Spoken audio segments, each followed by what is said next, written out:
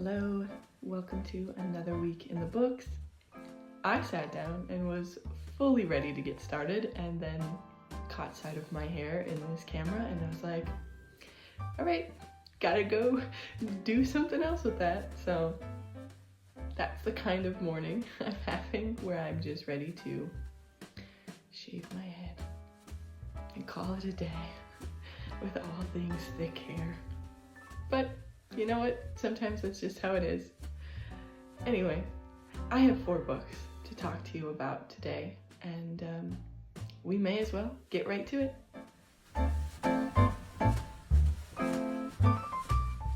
We're starting off with a graphic novel called Shubik Lubik. I hope I said that right. And if you know me at all, you know that sometimes I just really enjoy picking up a graphic novel. I think they're fun. I think they're just a nice refresher for my brain because it's obviously a different format of getting a story. And this one came across my radar because I went onto my library's website after looking at a tracker that I'm doing this year, which is a map of the world, and I'm trying to color in every country that an author that I've read is from, and I noticed that my continent of Africa was entirely colorless, and I thought, I gotta fix this. So this graphic novel is by an Egyptian writer. It is set in Cairo, and it's set in contemporary times, but there's magic realism that comes into play because the world that the story is in has wishes as part of like the norms and how people live life, maybe how their lives change or just day-to-day little things wishes can achieve for them. And I really do mean like wishes. It's like bottled up magic, and you can buy a first-class wish, second-class wish.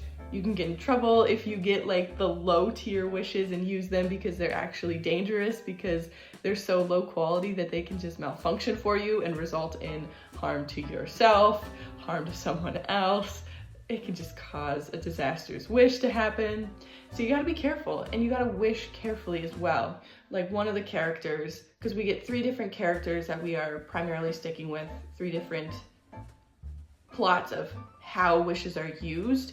We have Aziza, Noor, and Shorki, and Noor is a college student actually, and they are studying like wish psychology. I think their major is wish studies.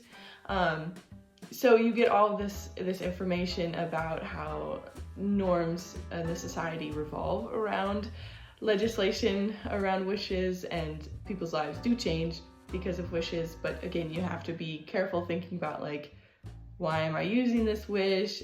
Carefully wording what you're asking for, and then dealing either with consequences or benefits of those wishes.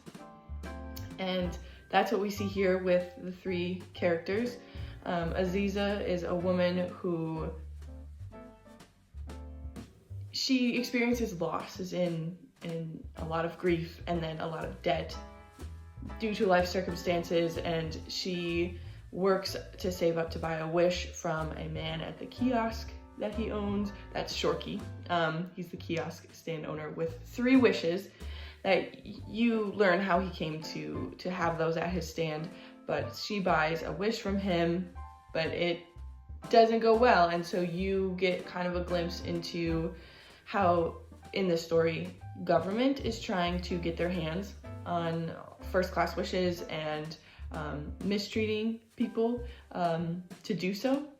That's Aziza's story, and you'll find out, does she end up getting her wish after all? What happens with her life? That's her plot. Then we've got Noor, as I mentioned, is a college student, and they are suffering from depression, and they're trying to pretend they're not sometimes, trying to pretend everything's okay, but they're like, okay, I gotta do something. And they and their friends just happen to go to this kiosk stand that Shorky owns, and there's 2 wishes left. There's a sign saying first-class wishes for sale or something, and at first this student's like, whatever, but then they keep thinking about it because they're like, I'm really struggling. And so their story is about, do they use the wish to help with their depression? Or if they do, what does that mean? Like, how do they word it so that way they can like cure themselves? How do they make a wish to make sure that what they wish for is lasting? And they actually involved with therapy, so it's kind of that mental health discussion while using this wish magic to kind of propel that conversation. And then the last plot has to do with Shorky and an old friend of his, an old lady who comes by the kiosk to get her cigarettes, and he finds out that she is sick and he wants to give her that last wish. But she does an awful lot of resisting, and so you get to know backstory on her about why is she resisting, what's her deal. And then Shorky, of course, you get to know him more as the wish seller and also someone who wishes to be a wish giver. So I thought it was fun. I thought the illustrations were cool and the story was told just very smartly. I liked how it wasn't just graphics of the plot lines, but every so often you got graphics that were explaining the history of how wishes came to be legalized and the legislature behind them, and just sort of the norms and things to watch out for, like PSA type deals. And I thought that was a fun way of doing that. So this was a fun graphic novel, and I recommend it for people who want to check out graphic novels or who already know they like them. Next up is a book titled Deep Cuts, and it is a book that I was seriously bummed out by and kind of irritated with. I had been excited because I'd heard that it was like a music story, and if you liked Daisy Jones and the Six, that this could be for you, but it was not for me. It just did not work at all. I'd seen it hyped up on Bookstagram and I was like, cool, my hold is in at the library, let's listen to this, because I went the audiobook route. But I was often quite irritated at this story and these characters in a way that wasn't effective. Like, it didn't make me feel like I cared about their story. It didn't make me feel like I was like, oh, I sympathize with them, or I feel like they're still lovable in the end.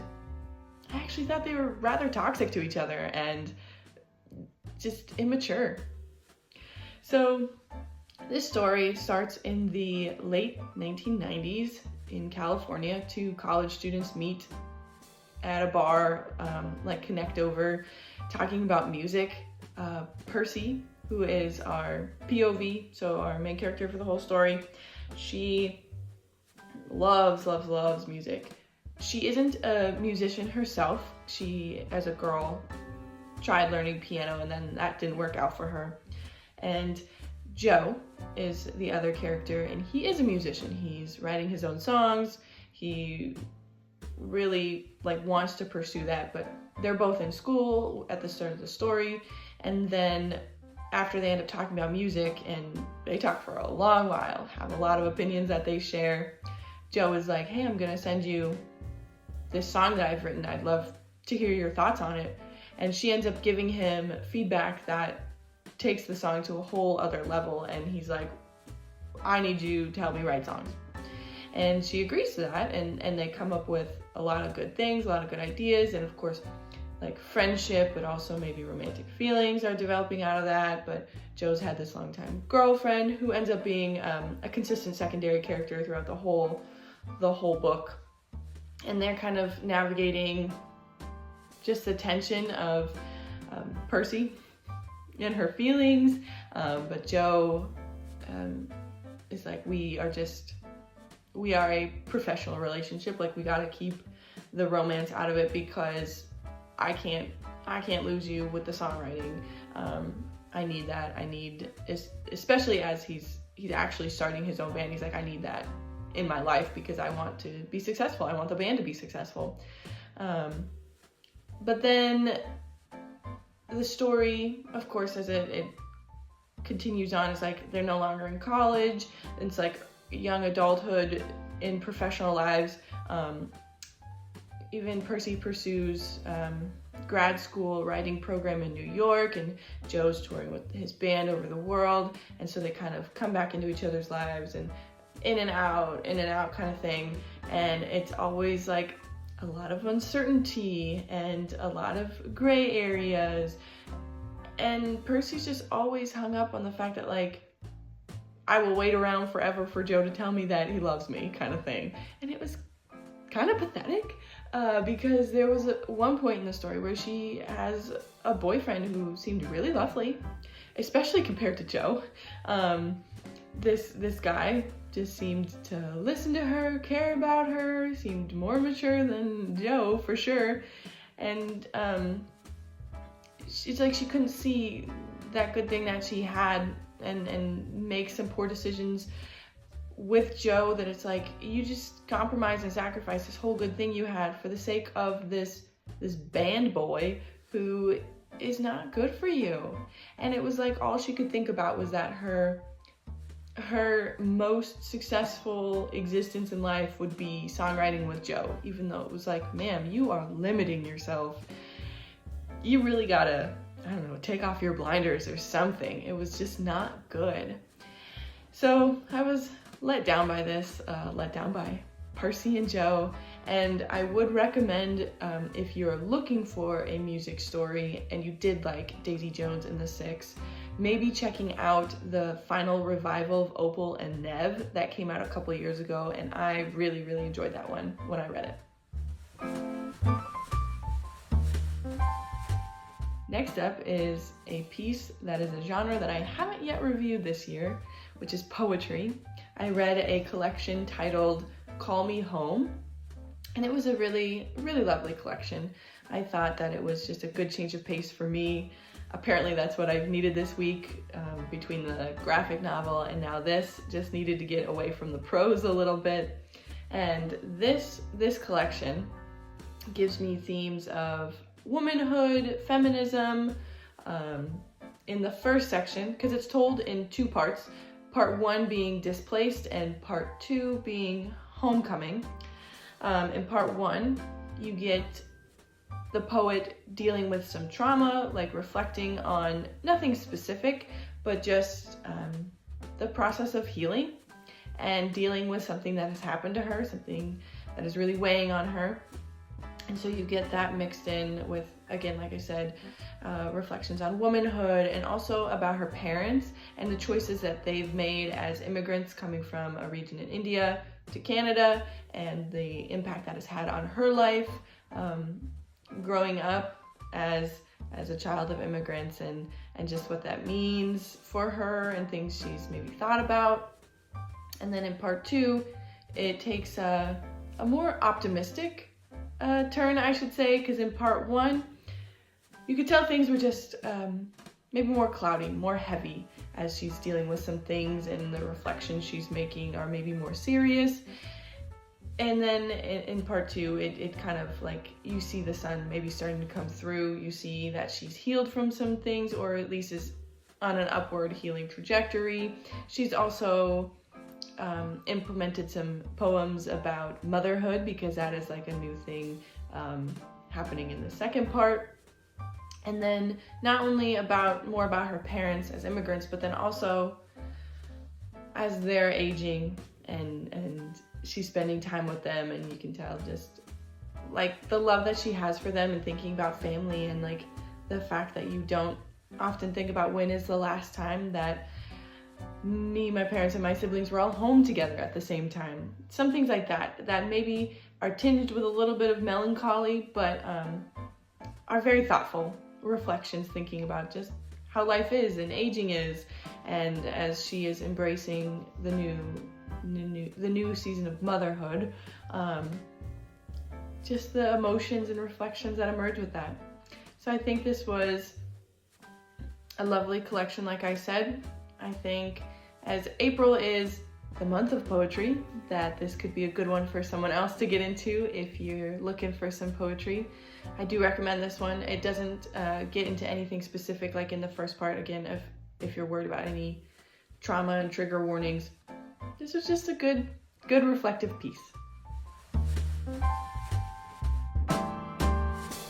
I ended the week with The Book That Wouldn't Burn which I mentioned last week is a buddy read that I'm doing with the friend who I've read some other things with this year already. And man, I wish I had liked this story more.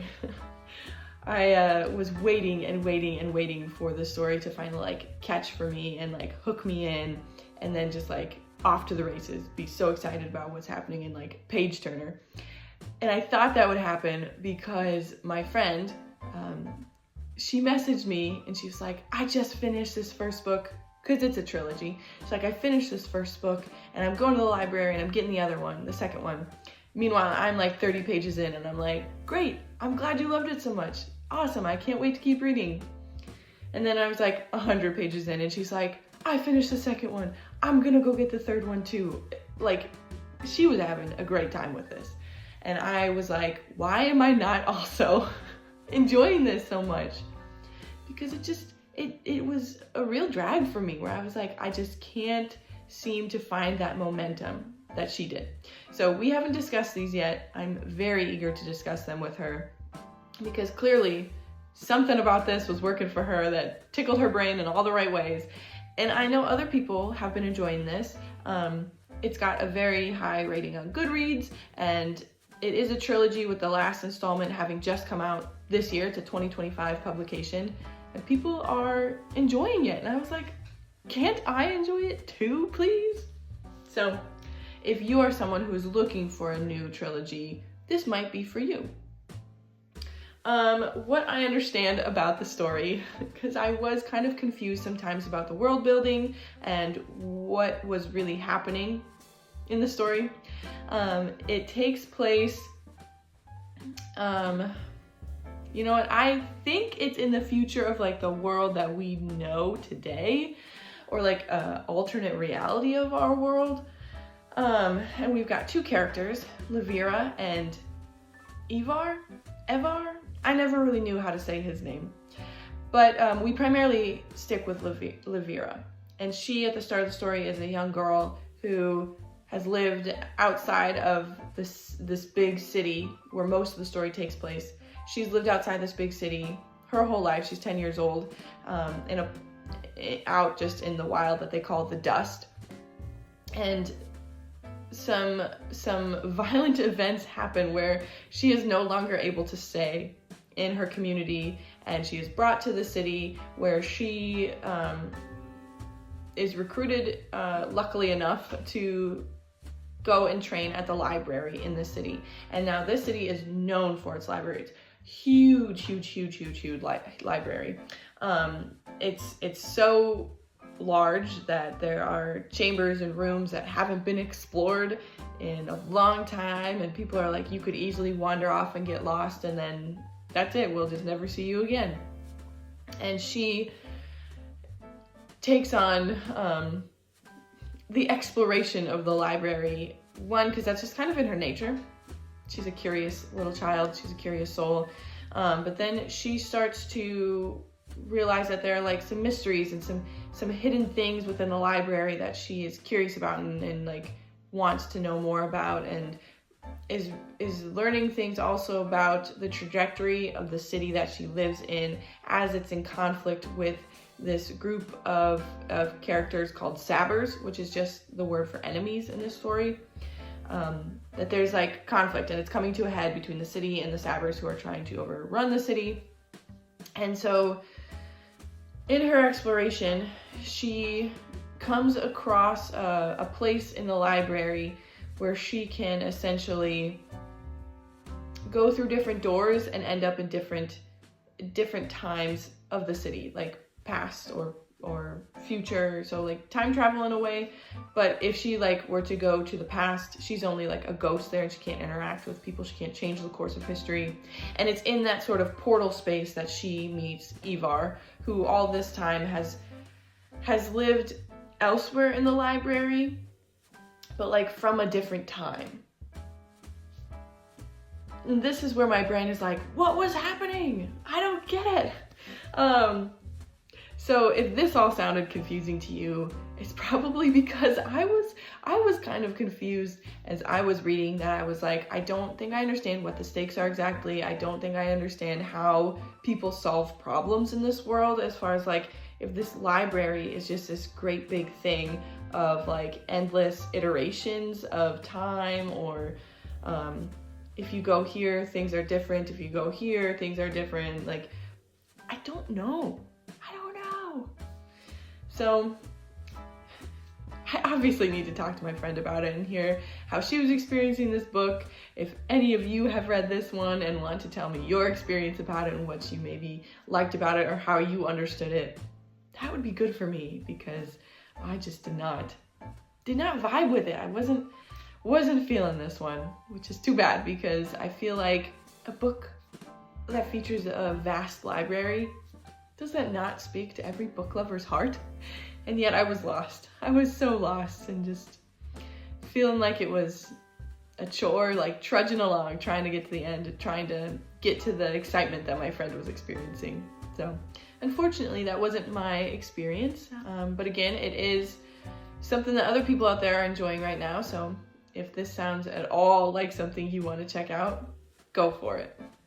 Well, that's all the books that I have to chat about today. And looking ahead to next week, all I can really guarantee is that I am going to get into the second Anne of Green Gables book. Other than that, we'll see. So I'll catch you next week, but in the meantime, I hope you have some good reads, and I just want you to know that I appreciate you tuning in and being here with me.